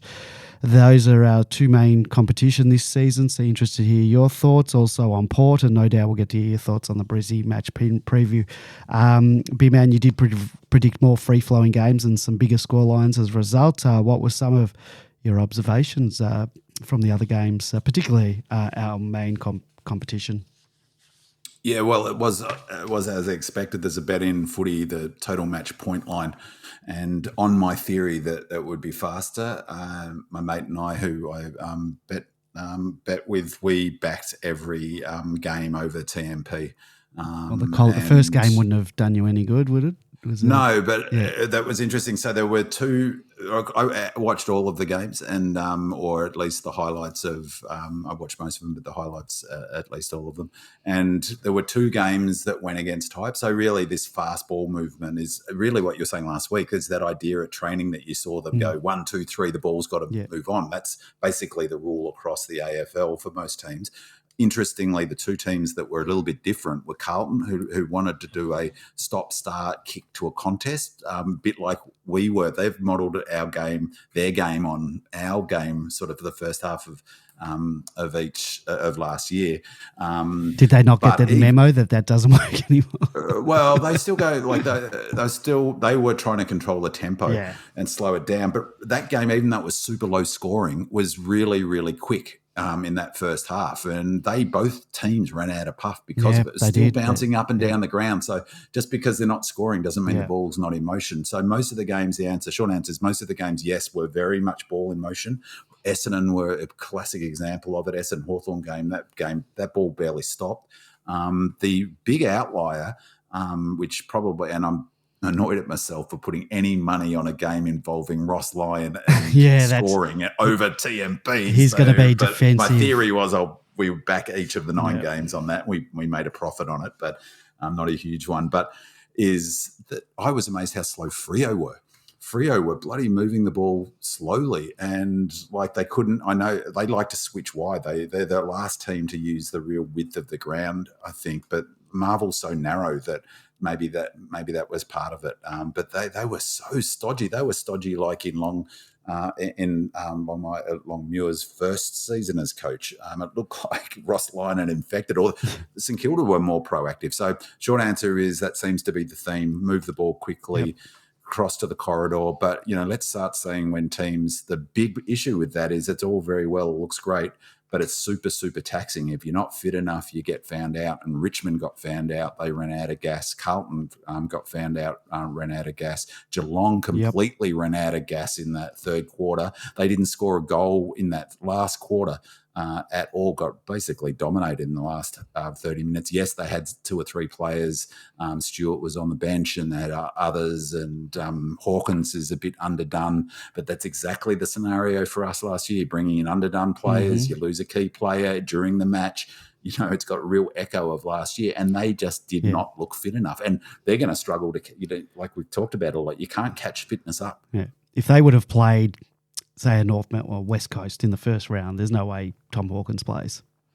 Yeah, that's right. And so it's a super, super taxing game. You know, it's all credit to Collingwood. They've made it exciting. They've brought that movement in and that aggressive kick to the corridor, which, as I said, I was a bit surprised that we didn't do more of them, but we did in the second half and we were much more aggressive. It was almost like, but just on that, I think that it'll get washed up and missed in the wash up.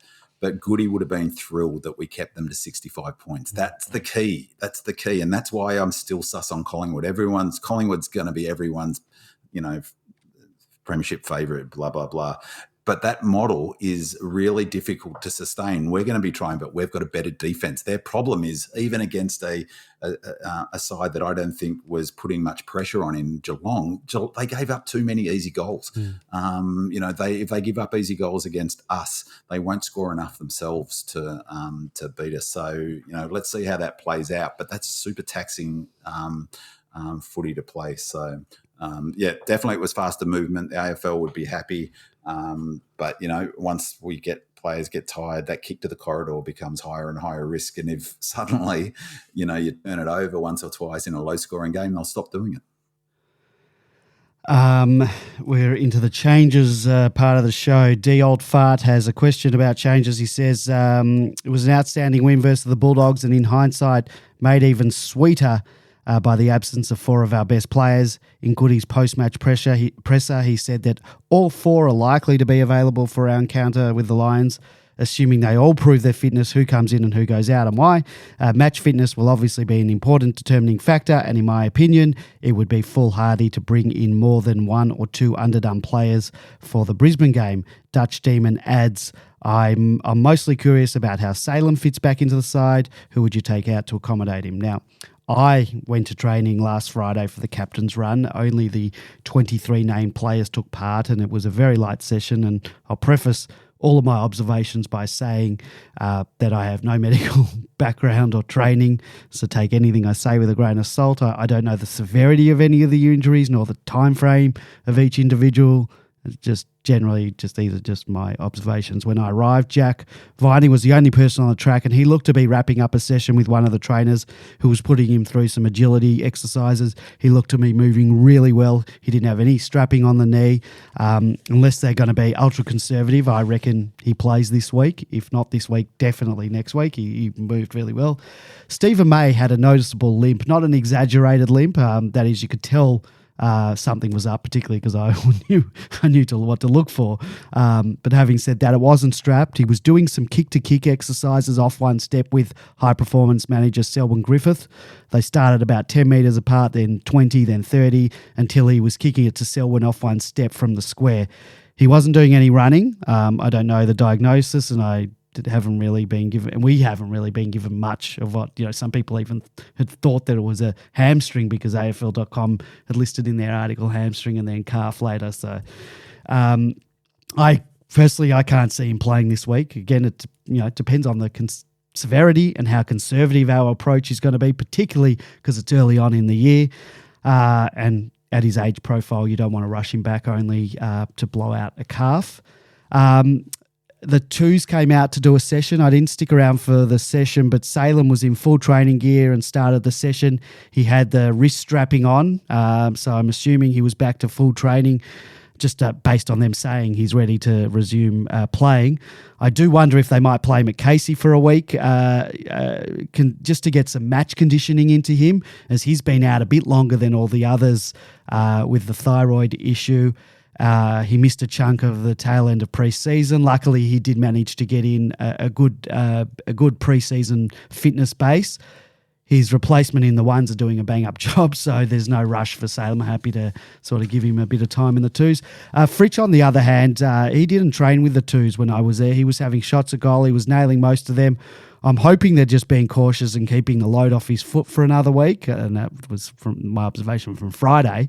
If he's ready to come back in, given Pickett is out for the next 2 weeks, we really do need the extra goals that Pickett kicks, and they need to come from elsewhere, so what better place than to come from someone who knows how to find the big sticks, but I'm not sure whether he's actually ready to come back again. We haven't really been given much information about his injury at all. And then there's the news that was on the news tonight. There was some concerning news that Tom McDonald went in for scans that he claims were just ongoing monitoring of his list rank injury. He was adamant that he would be playing this week. Now, this might just be my MFC SS talking, but in the clip, they doorstop interviewed him as he was walking. He was barefoot from the radiology that's at the Amy Park precinct to the MFC headquarters just around the corner from there. He was in the T-shirt that the players wear when they're not training. So all the other players on the news clip that I saw were wearing their footy gear and footy jumpers and whatever, and he's wearing the training thing. So he didn't train with the group. So if this was just monitoring, why is he getting it while they're training? Why is he not training? So there must be something going on. He must have some awareness of something probably in-game. He did come off for a big chunk in the last quarter. He wasn't on for a while, then came on at the end, and we saw he took the mark right at the end. So I'm not sure what's going on there. I hope it's just a precaution and it is part of monitoring, but I am a little bit worried considering the history last year. I'm thinking he's felt something during the game and he's gone to get it scanned. That's not to say it might be fine and clear and everything's all right, but I'm a little bit worried. And again, that's my complete lack of medical observation training. So guys, who's coming in? Who's going out? If all four are fit or all five, or the four that weren't in, do we bring them all in at once? I'd hate to be a selector, George. What do you reckon?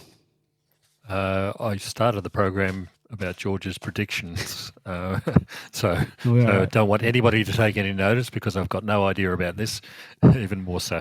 I was away for a while, so before I left, Salem wasn't doing anything because of his thyroid condition. He wasn't even walking at training. He was just turning up and standing there looking at everybody else. So I'm very surprised that he would be available for round 2 of the season. So wait and see on that one. Fritsch, when they said somebody stood on his foot, I thought, yeah, somebody's broken a bone in the foot, more importantly, and I think that might be a lot worse than what's being claimed. If it was just a stand on the foot and a bruise, he'd be back by now, I suspect. Yeah. Viney, I think, would be the most likely. But all of these players, the good thing is it is round 2. We've got backups available for pretty well everywhere. If May is unavailable, Tomlinson stays in. We've got JVR if something drastic should happen to T-Mac. They might even bring JVR in any case to put some more forward pressure on at the moment, or forward power on at the moment. But certainly there's a role there for Fritsch if he is available. So it all comes down to the medical people and what's available. Remember, also we're coming off a 6-day break, but so are Brisbane. But since this is about medical situations, do we give them another week off to recover? That's the question for me. It seems like we're being a lot more conservative this year, so we'll see if that continues. Big man. Yeah, well, what I was just going to say is that they've sort of said that they flagged that they will do that. So that was really interesting after, the big discussion about last year that they're going to, Goody said it, I think I heard Uzo say something similar. They're going to use their depth, and this is a good test this week with May. Why would you take the risk? Because I think Tomlinson can cover him. Of course, May would be ideal. Viney, what Goody said in the presser was that they're all ready to go. All 4 players were ready to go. But let's say, from what you're saying, let's say they do rest May. I don't reckon I think Salem will need to come through. Casey probably. Fritter may be good to go. So Fritter comes in, Jack comes in, Viney comes in, and Laurie comes out, Kozzy comes out, and maybe that'll be it. All right, watch this space. We'll see on Thursday night. Does Friday come out on Thursday? I think so. Thursday, yep. Yep. Wednesday. No, it comes out Wednesday. It does? Friday night comes out Wednesday, Okay. doesn't it? I All think so. I thought the Thursday night comes out on Wednesday. Friday's always No, traditionally maybe. come Might be wrong. Thursday. We'll find out sometime I think this I week. remember from one season to the next. But It's been rusty. Let's get into our preview. The Demons head up to Brisbane this week to play in a Friday night blockbuster against the team that bundled us out of the finals last season at our home, the MCG. However, the last time these two teams met at the Gabba, it was the Demons who embarrassed the Lions to the tune of 58 points. And then earlier in the season, the Demons also had the Lions measured, defeating them by 65 points at the G. So in 2022, we were 2-1 against the Lions, but they ultimately won the game that counted. Up until halftime in the finals, we had their measure, but as we discussed many times already on this podcast, our fuel tank was running on empty by that stage of the year. Not so much now. The D's have a full tank and we're just revving up. The Lions, on the other hand, have been talked up by the media all summer, and a few pundits have had them going all the way this year. They were belted by the Power in Adelaide over the weekend by 54 points, 36 scoring shots to 17, and that was from 65 inside 50s to 40. The Power had 141 more disposals than the Lions, which is insane considering the Lions have a pretty good midfield. Amazingly, the Lions were blessed with 25 free kicks to 12 in Adelaide, which is a rare occurrence indeed. B-Man, I know that you're not a fan of Brisbane because, your thoughts on our matchup against them? yeah, well, I mean, it's a really disappointing loss for them, wasn't it? I mean, given what they've worked on, I actually, that was the one game I just watched the highlights on. Port looked really quick. Again, they use that pace. Pace is going to be, important this year. We've brought in some pace, I think, in McVie and Chandler, as I said before, is quick. So and Bowie's surprisingly quick too. He's really quick off that first 5 or 6 meters. But Port looked really quick. Again, what worries me if I was a Brisbane fan, it's the same issue that it was last year, is their defense. They don't have a zone defense. I just think that they give up too many goals. It's always been their issue, is that they're so one-dimensional about winning contests, and that's why we match up against them so well, is because we do have a zone defense, and we're probably the one team in the AFL that they can't confidently say they'll beat at the coalface. They've brought in some pretty good players. I thought that Dunkley's a really good in for them, but he's another meat and potatoes ball winner. There's a fair. I mean, Harris Andrews is a terrific footballer who annoys the hell out of me, but it's a fair, argument to say that they should have focused on bringing in defence the way Goody did when he brought in Lee and Mavey. If you think about that now, that decision, that reflects that philosophy of defence first. Brisbane just, it's just doesn't feel like they've got a modern defensive system. And for me, that's their biggest weakness. And we're super well placed to exploit that, particularly if we move the ball, continue to move the ball as quickly as we did. And we've made some other tactical changes that I think will, make us more difficult to play against. Brisbane's a lot of people's flag favourites, or some people's flag favourites. That was an awful way to start their season. Right, what, 58 points or something, or 52 points? 54, somewhere in that. Yeah, so, we've always we match up well against them. There's teams like the Swans and the Pies that's the opposite, but Brisbane is a team we match up well against them. And I think you take the first half of last season's game as the round 23 game, as that's what we'll see. We'll be totally fired up after losing the final last year against them. And, like I predicted on Demonland during the week, that we'll roll over the top of a few teams in this first 5 or 6 games because we are just so fit. I'm not quite sure how fit they are. It's impossible to tell, I guess, apart from the fact that they looked flat. And, I mean, round one, their coach comes out and says in the post-match presser, I'm not really sure whether their minds were at, whether they're motivated. I mean, what the hell's going on? That's pretty bad. It's pretty bad. Imagine if Goody had come out and said in round one how flat we'd be. I'd be furious as a supporter. Yeah, bloody oath. George, You tipped the Lions to be your team to rise. Have you failed in another prediction? Absolutely, yeah, completely and utterly. Yeah. Like I said, don't take any notice of me. That's only round one, though, George. You've got time to... Big Man, one sec. Big Man actually questioned whether you could actually choose Brisbane as a team to rise, considering they were finished third. Up there to yeah, that's begin right. with. Isn't the rise meant to be at least at the bottom part of the eight at the very least? They should rise, but gee, after that game against Port, you've got to have some real questions around it. From what I understand, Port absolutely smashed them in the midfield in particular. And got it out of the midfield quickly. That's out of the centre.